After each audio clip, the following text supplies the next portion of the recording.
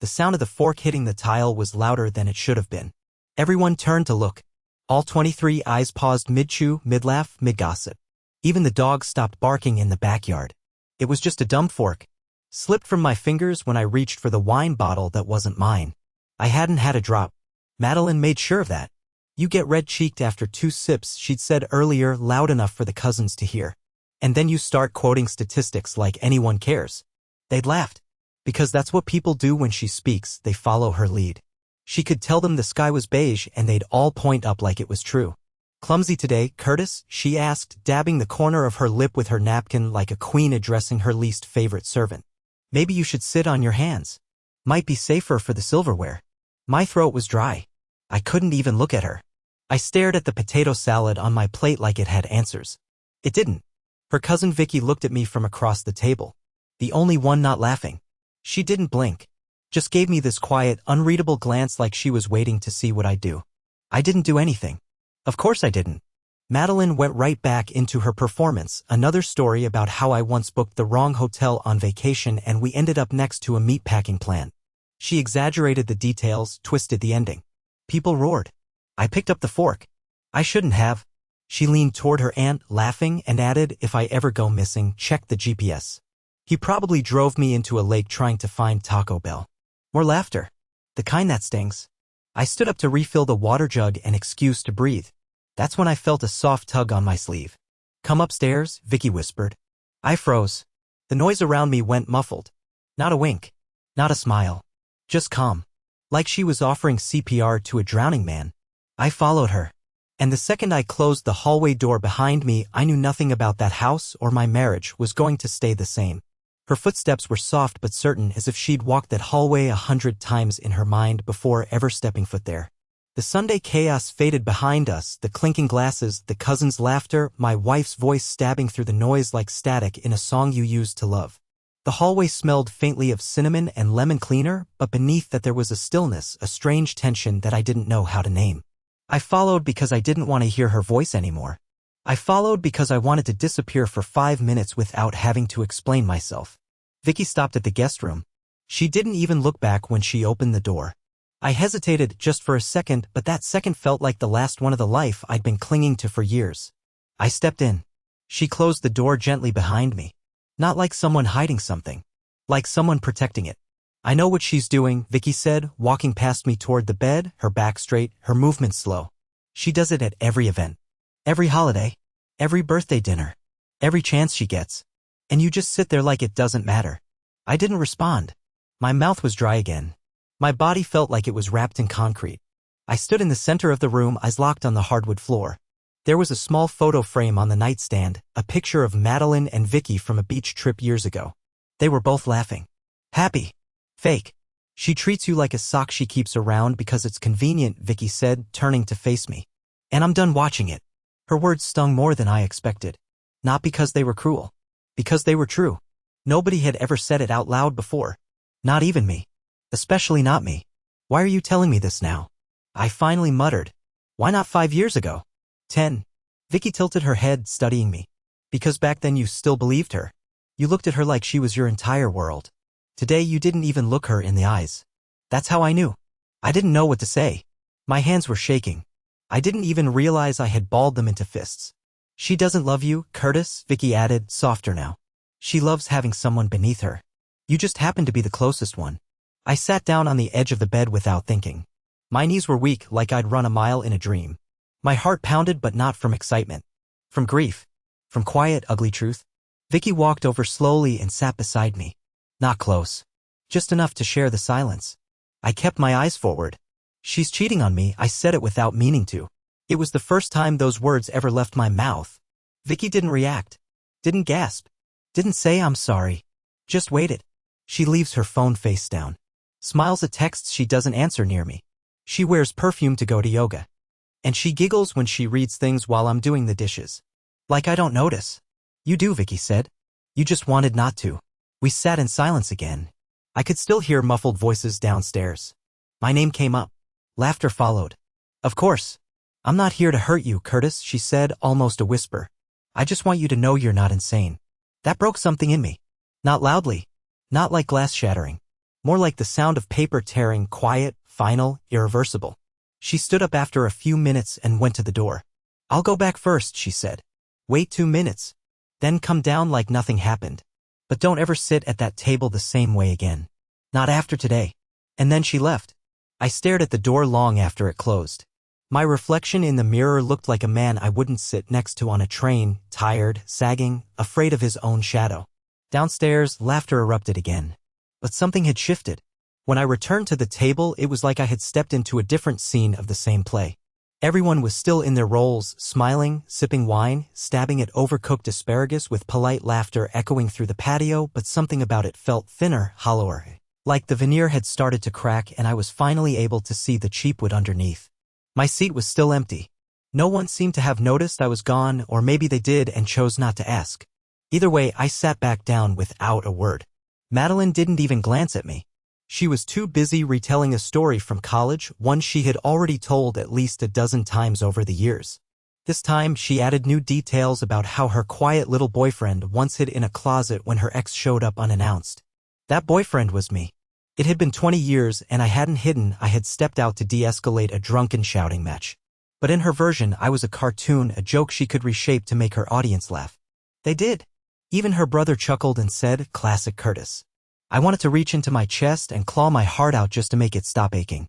Instead, I poured myself water, slowly, deliberately, and looked up just once to see Vicky watching me from across the table. She didn't smile. She didn't nod. But her eyes held steady on mine for a second longer than anyone else's ever did. That was the second shift. The rest of lunch passed in pieces. Conversation swirled around me like wine through a doorway I hadn't closed. Madeline went on autopilot, floating from guest to guest, laughing too hard at nothing, filling up plates no one asked for. I watched her from behind, a smile that didn't belong to me. And then it happened. Liam, her brother, decided to roast me. It started with a simple, stupid joke about my car. "You still driving that thing?" he asked, jabbing his fork toward me like it was part of the punchline. "I swear, that car makes a tractor sound when it backs up." Madeline chimed in, giggling, "That thing's so old it probably still needs film to take pictures." The table erupted again. I didn't laugh. Instead, I set down my fork and leaned back. "I've been thinking about trading it in," I said quietly. "For something newer. Something that doesn't stall when you need it to move forward." Madeline blinked. Just for a moment. It was small. Most people missed it. But Vicky didn't. After lunch, people moved around inside, helping clean, carrying leftovers, pouring second and third glasses. I kept my distance, stayed near the patio door. I felt like an intruder in my own home, as if I'd wandered into a version of my life that belonged to someone else. And that's when I heard it. From the hallway by the guest bathroom. 2 voices. Madeline and someone else. I moved closer without meaning to. Their backs were to me, around the corner, just out of full view, but her voice was sharp and low. "Don't start with me, okay?" Madeline hissed. "You told me you were staying out of this." A man replied. I couldn't tell who at first, but then unmistakably it was Liam. "I'm not covering for you anymore," he said. "It's getting weird, Maddie." "The yoga guy? The late night calls? You think he's that clueless?" My blood turned cold. I stepped back into the shadows. My wife and her own brother arguing about her cheating? My chest thudded so loud I thought they'd hear it. "I've got it handled," Madeline snapped. "He's too soft to do anything even if he found out." And right then I wanted to walk straight through the front door and never come back. But instead I waited. And when Liam finally walked past me and Madeline disappeared upstairs, I stood frozen by the hallway wall. That was the moment the marriage officially ended in my heart, not with a scream or a broken plate, but in a quiet hallway listening to her dismiss me as a soft nothing. She didn't know it yet. But everything was already changing. I didn't leave right away. I should have. Every logical part of me screamed to walk out, drive somewhere far, somewhere quiet, and never come back. But I didn't. I stood next to the damn planter box on the patio, staring at the half-dead rosemary bush I'd been trying to save for weeks. Funny thing is, I kept watering it and giving it sunlight, but it never grew. It just sat there, stubborn, lifeless, pretending it was still part of something alive. Just like me. Inside the house, voices rose and fell like a bad orchestra. Someone dropped a plate. A dog barked. The sink turned on. I caught Madeline's laugh cutting through the chaos like a blade. And all I could think was how strange it was to hear her laugh so easily just minutes after casually confirming I was some soft, pathetic placeholder in her life. A man-shaped convenience. Then Vicky came out. She didn't say anything at first. just leaned on the wooden post beside me holding a glass of water like it was some kind of peace treaty. I didn't look at her. I couldn't. I was afraid that if I did, I'd fall apart in the middle of the lawn and start screaming things that didn't have words. I heard them too, she finally said. That made me turn. She didn't look away. She wasn't afraid of my silence or my shaking hands or the thousand unspoken things bubbling just beneath the surface. You knew? I asked. My voice came out low then. You knew she was? Vicky nodded. Not everything. But I suspected. The stories didn't add up. The excuses. The way she looked at her phone like it was breathing. I closed my eyes. Just for a second. Just long enough to wish I could delete the last hour from my brain. I'm not the kind of guy who confronts people, I said, more to the air than to her. I avoid conflict. I tell myself I'm being mature or patient. But it's just. I'm scared. Always have been. Scared if I push back, they'll leave. She turned toward me, her expression unreadable. Curtis, she already left. Emotionally, she checked out a long time ago. You just kept pretending she hadn't. I felt something deep inside me flinch. Not a punch, worse. A truth. We stood in silence for a while. I could hear someone inside telling a joke. Laughter followed. Then I heard Madeline's voice again, light, airy, like nothing mattered. I hated how familiar it was. I hated how much I still craved it. She thinks I won't do anything, I whispered. Vicky placed her glass on the patio railing and stepped a little closer. Then do something. Her words weren't cruel. They weren't even pushing. Just real.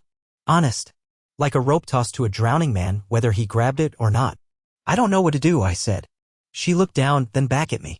I have an idea, she said. But it's up to you. And that's when everything started moving faster. Later that evening, when the guests were gone and the dishes were stacked and the wine had stopped flowing, Madeline found me folding towels in the laundry room.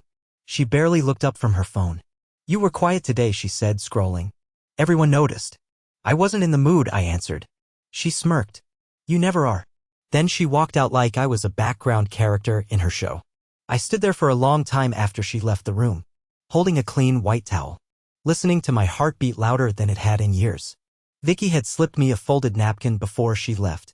Inside was a message. Just a single line. If you want out, meet me at the bench behind the gas station tomorrow. 5:30 p.m. No signature. No explanation. Just a door I didn't know I needed. I didn't sleep that night. I lay in bed staring at the ceiling while Madeline scrolled through her phone next to me, the screen's pale blue glow flickering across her face like moonlight filtered through ice. She didn't notice I was awake. Or maybe she did and just didn't care. At one point, around 2 in the morning, she let out a soft chuckle, some meme, probably. Or maybe one of her secret conversations with the yoga guy. She rolled over, took up more of the bed, and within minutes started snoring lightly. I lay frozen, pinned under the weight of a silence so loud it could have shattered glass. By morning, she was gone. Left early for brunch with the girls. No note. No goodbye. Just the sound of her car pulling out of the driveway while I stood by the kitchen window holding a mug I hadn't touched. I didn't even hear the front door close. Like a ghost.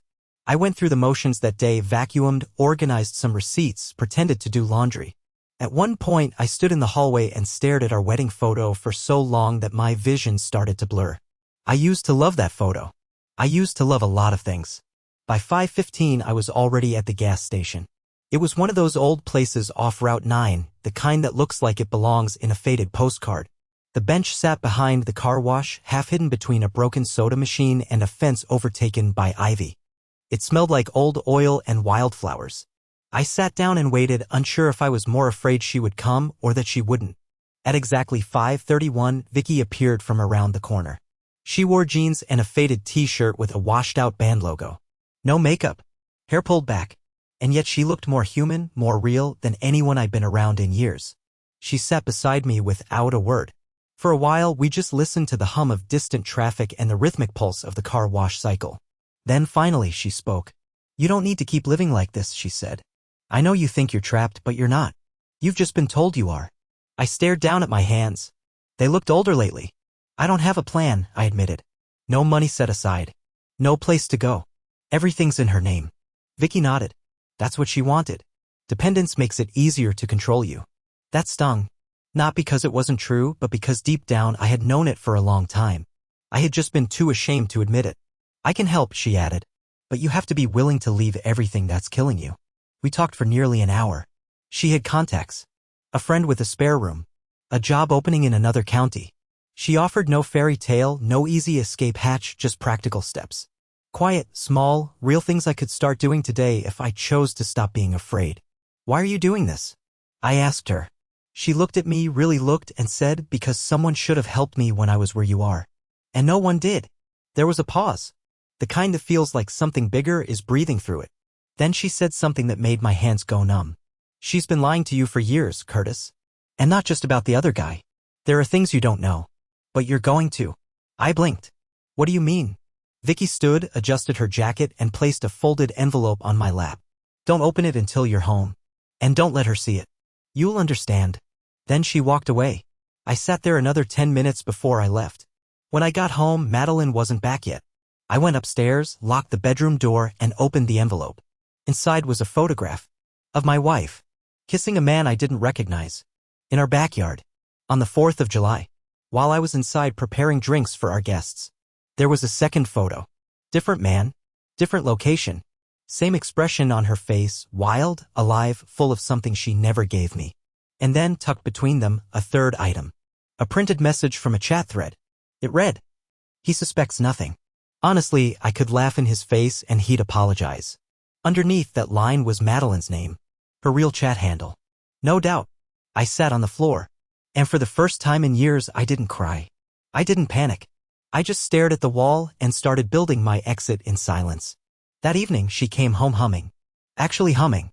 As if she'd just returned from a relaxing spa retreat and not a secret affair. I was standing by the sink, drying a glass I hadn't even used. She walked in the door holding a boutique shopping bag and her phone, dressed in that beige trench coat she only wore when she wanted to be noticed, not by me, of course. By others. The ones who weren't me. The ones who apparently got to see her real smile. "Hey," she said casually, like we were some sitcom couple catching up after a long day. "I picked up that stuff for your mom. Thought it'd save you the trouble." I stared at her. And for once, I didn't rush to say thanks or, "Oh, that's thoughtful."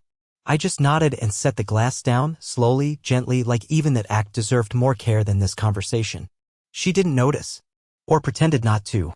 "I'm starving," she said, already moving past me into the fridge. "Did you make anything? Or are we doing takeout like usual?" The way she said it, like usual, made my skin tighten. As if I'd somehow failed again by keeping this house running while she played pretend elsewhere. I watched her shuffle through the fridge with one hand, still tapping away on her phone with the other. Probably texting one of them.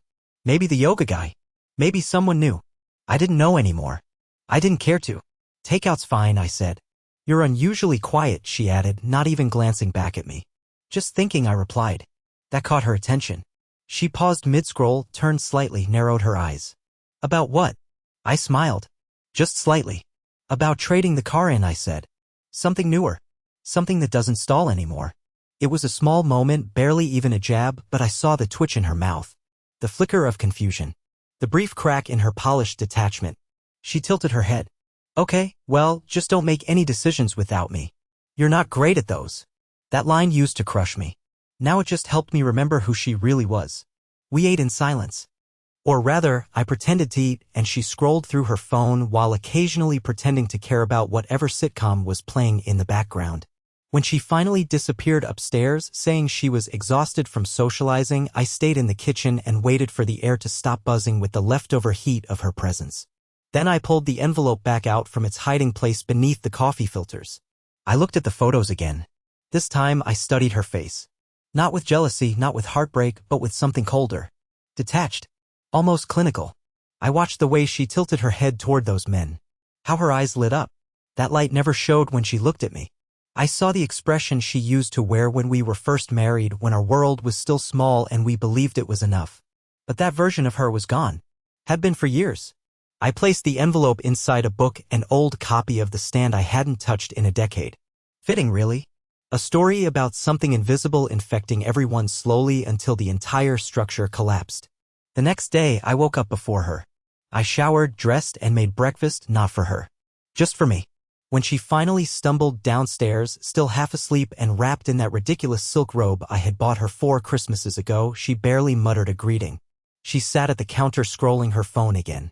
"Need the car today?" I asked. She looked up, suspicious. "Why?" "I've got some errands," I said. Was thinking of swinging by a dealership. "Still on about the car?" she asked. Curtis, I swear, if this is one of your impulsive. It's not, I interrupted. There was a beat of silence. She stared at me like she didn't recognize me. Then she rolled her eyes. Fine. Whatever. I grabbed the keys and the worn manila envelope I'd resealed the night before. On my way out, she shouted, "Don't sign anything without showing me first." I didn't answer. The door closed behind me. But what she didn't know was that I wasn't going to the dealership. I was going to a bank. And then to a friend. And then to a lawyer. The real kind of errands, the kind that don't stall when you hit the gas. I didn't even glance in the rearview mirror. If I had, maybe I would have hesitated. Maybe I would have seen that porch one last time and remembered the day I carried her across it. But I didn't look. I drove like I was chasing something invisible ahead of me, not running from anything behind. The man in that house, the man who sat through every insult, who made excuses for every sharp laugh, who stood in the corner like furniture, he could stay there. I had new errands. Real ones. The bank was first. I'd been planning this since the night I opened that envelope. It started with a simple request, safe deposit box rental. I used to think only rich people had those. But now I understood some things needed to be stored where no one could pretend they didn't exist. I slid the envelope into the box, locked it with a trembling hand, and signed the slip like I was signing away the last piece of denial in my life. Then I drove to see Mark. Mark isn't a lawyer, but he might as well be. He's my cousin.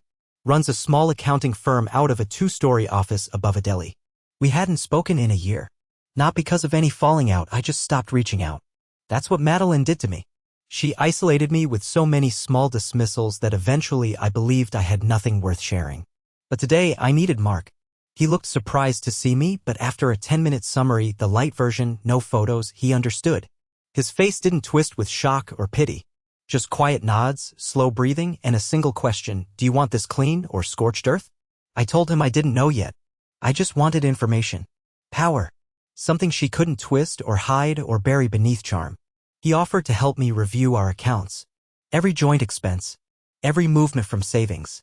And that's when the second layer of betrayal surfaced. Over the last 16 months, Madeline had quietly funneled over $27,000 from our shared savings account into a private investment portfolio under her maiden name. It wasn't illegal, she hadn't forged my signature. But it was deliberate. Secretive. Strategic. Hidden behind vague descriptions like financial diversification and low-risk trust allocations. She had been planning for her own future long before I ever questioned our present. Mark didn't say much. Just printed the reports, handed them to me, and said, "This is leverage. Keep it close." By the time I left his office, my head was pounding, but my hands were steady. I had proof now. Not just of infidelity, but of her willingness to erase me from the foundation of our lives, brick by financial brick. I stopped for coffee before heading home. Sat alone in the parking lot of a hardware store with a paper cup in my hand and the folder on the passenger seat. I didn't cry. I didn't scream. I just stared at the traffic light ahead, watching it cycle through red, green, yellow, like everything around me had rules except for what she did to me. When I finally pulled into our driveway, her car was gone. Yoga probably. Or something she'd call yoga. I stepped inside, placed the folder beneath the dresser in the guest room, the only room she never cleaned or touched, and sat down at the edge of the couch. That's when I noticed it. A frame on the hallway wall, one of those generic live, laugh, love signs she insisted on hanging years ago. Crooked. Slightly ajar. I got up to fix it. And that's when I saw the envelope wedged behind it. Curious, I pulled it out. It wasn't addressed to anyone. No name. Just sealed in plain white. Inside, printed screenshots. Dozens of them. Texts between her and someone named Elliot. Some messages dated over a year ago. One stood out immediately. "I think he knows. He's been weird lately. Let him figure it out. You've got the house. The money. He'll fold." That one gutted me. I flipped to another. "You think he'll fight it? Please." Curtis couldn't find his spine with both hands and a map. That one broke something different. Something deeper. It was Vicky's handwriting on the post-it note inside the envelope. She didn't just cheat. She planned the collapse. Suddenly everything felt tight. My chest, my throat, my arms. I leaned against the wall, gasping, trying to slow my pulse. My wife wasn't just unfaithful. She was strategic. Predatory. She had made a game of unraveling me. But she underestimated one thing. I had nothing left to lose. And when a man like me, small, quiet, forgettable, finally has nothing to lose, he doesn't fold. He learns how to move in silence. The day I decided to leave, there were no fireworks. No yelling. No breaking dishes or emotional declarations at the kitchen table. Just silence. It was the same kind I had been living in for years, only now it belonged to me. I woke up before dawn. Madeline was still asleep, her back turned to me, the way she usually slept when she didn't want to risk conversation. I stared at her for a while, not with longing or sadness, but with a calm I didn't know I had left in me. Her face looked peaceful, and for a strange moment I wondered if she even believed what she had done was wrong. Or if I had simply become too small in her eyes to count as someone worth being decent to. I didn't leave a dramatic note. Just a folded piece of paper on her nightstand, held in place by the wedding ring I hadn't worn in months. It read, "You were right. I was soft. But even clay hardens in fire. You set the fire, Madeline. I just became something else." Then I took my bag, my folder, and the life she never noticed slipping from her grasp. Vicky was waiting for me in the parking lot behind the gas station again, same place, same time as before. This time I didn't hesitate. I got into her car, and when she asked if I was sure, I nodded once. That was all. We didn't run away together. There was no fantasy escape or romantic twist. She simply drove me to the spare room her friend had offered. Clean sheets. A second-hand desk. A window that looked out over quiet trees. And peace. For the first time in over a decade, I could breathe without watching my breath. The weeks that followed weren't easy, but they were mine. I found work quickly, not glamorous, but honest. I even started saving again, not because I needed to escape anymore, but because I wanted to build something. For myself. And Madeline? Well, the silence didn't go unnoticed. I knew from Mark that when she realized I had removed my name from the joint accounts and transferred my portion legally with the help of his friend, a quiet but powerful move, she panicked. She tried to reach me. Texted. Called. Left voicemails that started angry and ended in weeping confusion. I didn't respond. A few months later, I saw her once at the grocery store. She looked tired. Smaller, somehow. Worn from her own chaos. She opened her mouth as if to speak, but I just gave a small nod and walked past her. Vicky still checks in sometimes. We grab coffee. We talk about normal things. She never tried to fix me, just gave me space to realize I was never broken. And now? Now I laugh again. Sometimes it still surprises me when it happens, like I've discovered a part of myself I forgot existed. One Sunday morning, I sat on a bench at a quiet park with nothing but a coffee and a small book of poems I picked up from a thrift shop. The sun was warm. No voices nagging me, no sharp remarks waiting around the corner. Just me. And in that stillness, I realized something that made me smile. She tried to erase me. But all she did was set me free.